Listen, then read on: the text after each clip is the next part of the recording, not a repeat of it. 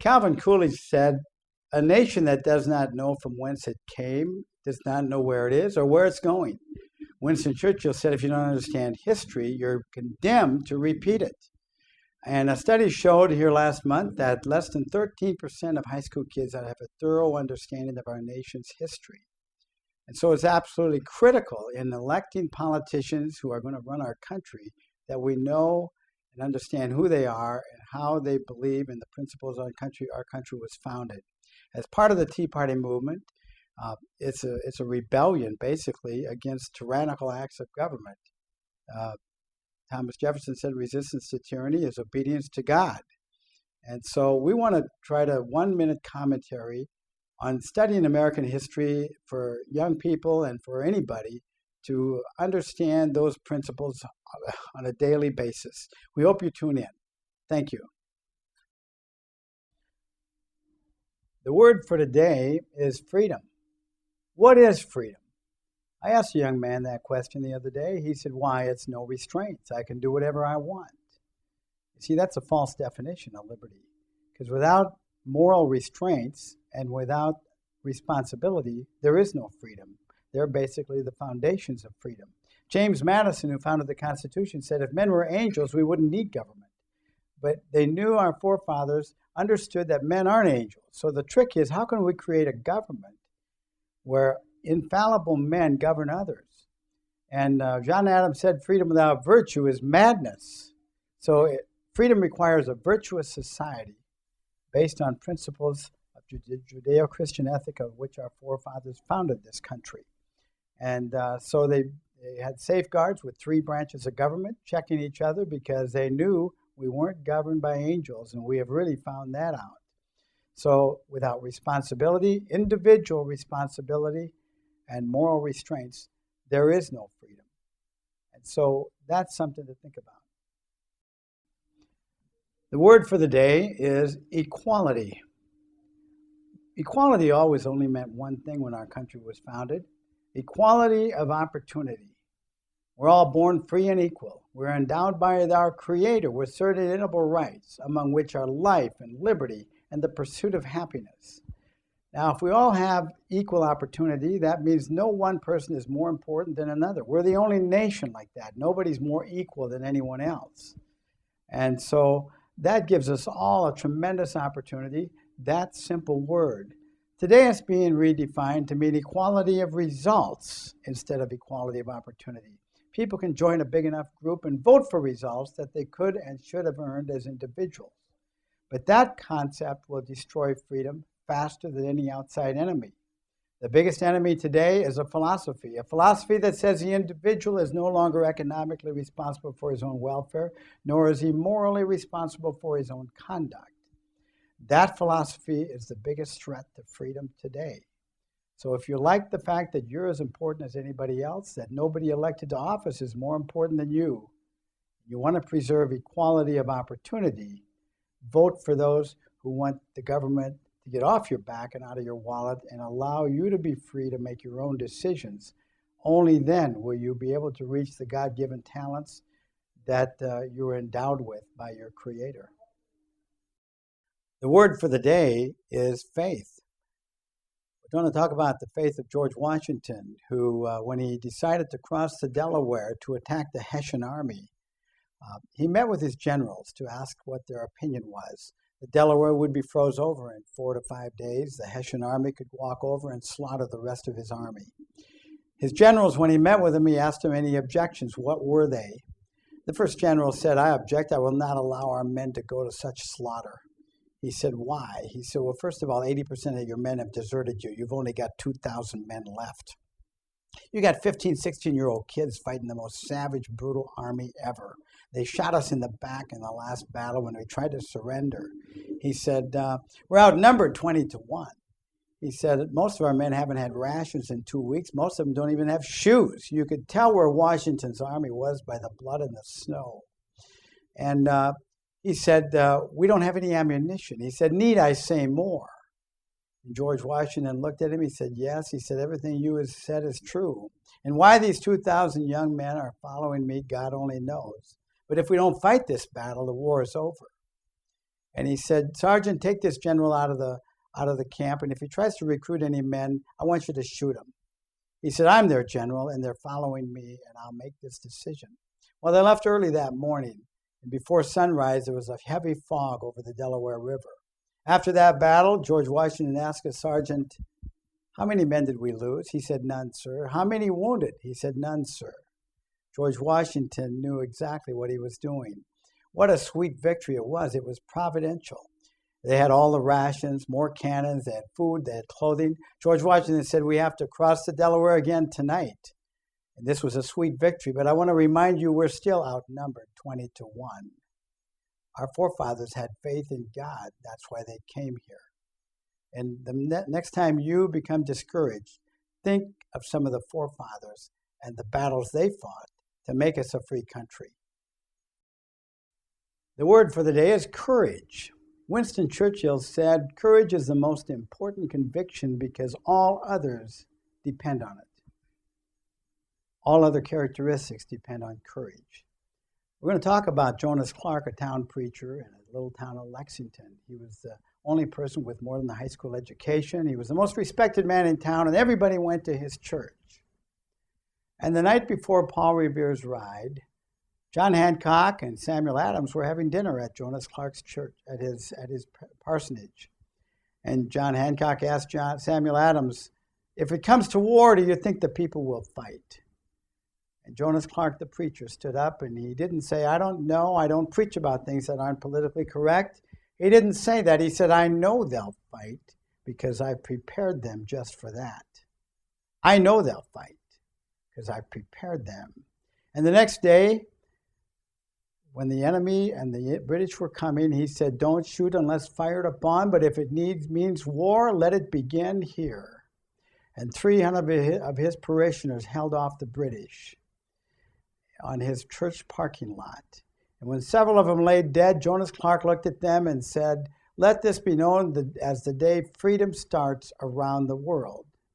It became known as the shot heard around the world. It started in a church parking lot with a small town preacher. That's the history of America. And that's something to think about. Our word for the day is God. You know, if we were to define America from every other nation on earth, and we were forced to use one word to define the difference, that word would have to be God. Our national motto is one nation under God.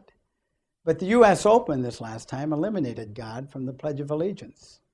The Ninth Circuit Court of Appeals ruled that we can no longer say the Pledge of Allegiance in their schools because it had the word God due to separation of church and state.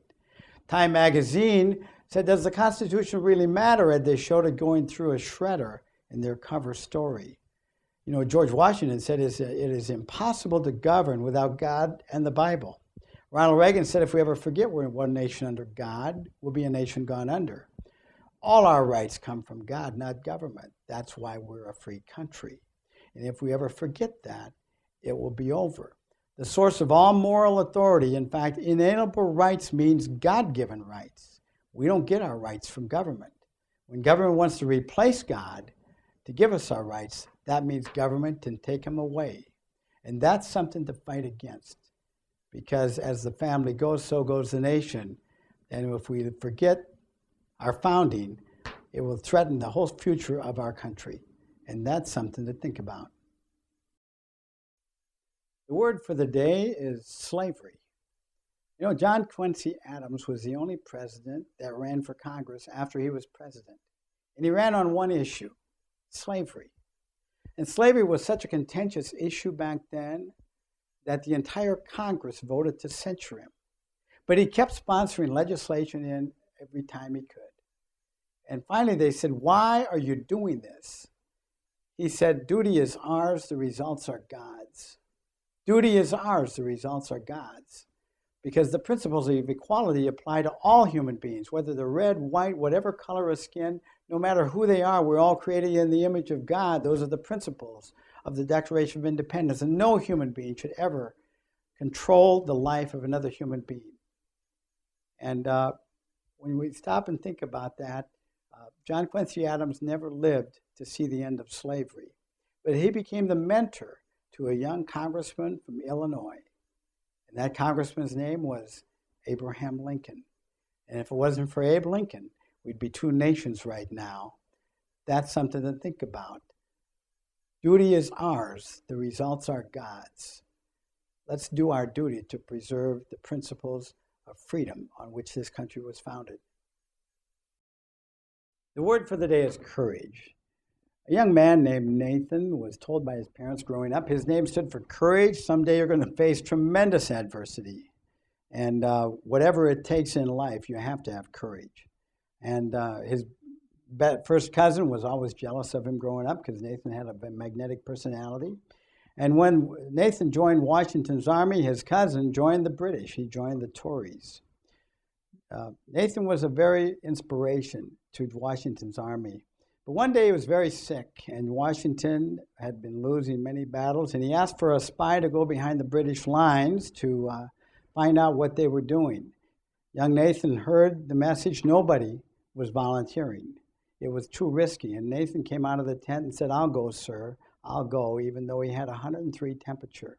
He went behind enemy lines, got the information he needed, and on his way back, a British battalion caught him. And in that battalion was his first cousin, who was always jealous of him. And he turned him in to the British as a spy, and they said, "You'll be hung in the morning." Well, that morning, that night, Nathan asked for a Bible to read and asked for a piece of paper to write a final letter to his mother. And they burned the letter that morning in front of him when they had him on a horse and put a noose around him. And they said, "Any final words?" And he held up his head high, and he remembered what his parents told him. His name stood for courage against all odds. He held his head up high and said, "I regret that I have one life to give for my country." When Washington's army heard what they did to young Nathan, it incensed the whole troops so bad they fought valiantly and won battle after battle because one man with courage. That's something to think about. You know, God created the oyster, and he made the oyster with a hard shell so it would always be protected from outside enemies. And he made the oyster in a warm, soft water environment so it would always be comfortable. And he also made the oyster so all it had to do was open its mouth and food would come floating by.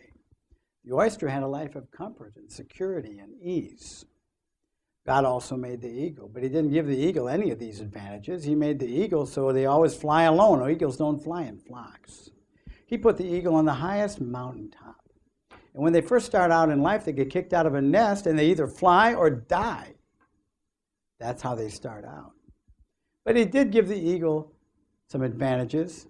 Eagles had to fight through rain and hail and sleet and storm for every ounce of food it ever got. But the advantage the eagle had was it had keen eyes so keen it could look directly at the sun and spot a field mouse a mile below a second later. The eagle had strong wings and powerful legs to face any outside enemy. And I'm thankful our forefathers, they didn't choose the oyster to be our national symbol. They chose the eagle because they knew that man created in the image of God with faith in God could soar like the wings of eagles. We were meant and destined to be great and soar the heights of our ambitions. And that's the metaphor for today. But you know, even the lowly oyster, when it faces adversity and a grain of sand gets inside its mouth, even the lowly oyster turns it into a pearl. So if you think you've got problems and adversities in life, there are opportunities in disguise, and that's something to think about. Let's talk about risk. You know, this country wasn't settled by rich people. They indentured themselves into slavery to get third-class steerage on a sailboat. They came here because they were tortured, imprisoned, or murdered if you didn't believe like the evil King George. And 50% of them starved to death the first 2 years. But Governor Bradford decided to give everyone a plot of land, and they got to keep the fruits of their labor, and they applied Christian principles because they came here originally to worship God. Well, basically, because of the hard work and freedom that they had, they took the electricity out of the clouds, the aluminum out of the rock, the oil out of the clay. They had cities to be bridged and mountains to be trailed and rivers to be bridged. And they accomplished more in 200 years than the previous 5,000 years of civilization. because of the principles of freedom, letting people think for themselves and work hard and reap the rewards of their efforts with less government and allowing opportunity for everyone. We've accomplished more in 200 years than 5,000 years, what they call the 5,000-year leap. I recommend everyone to read that book. That's something to think about.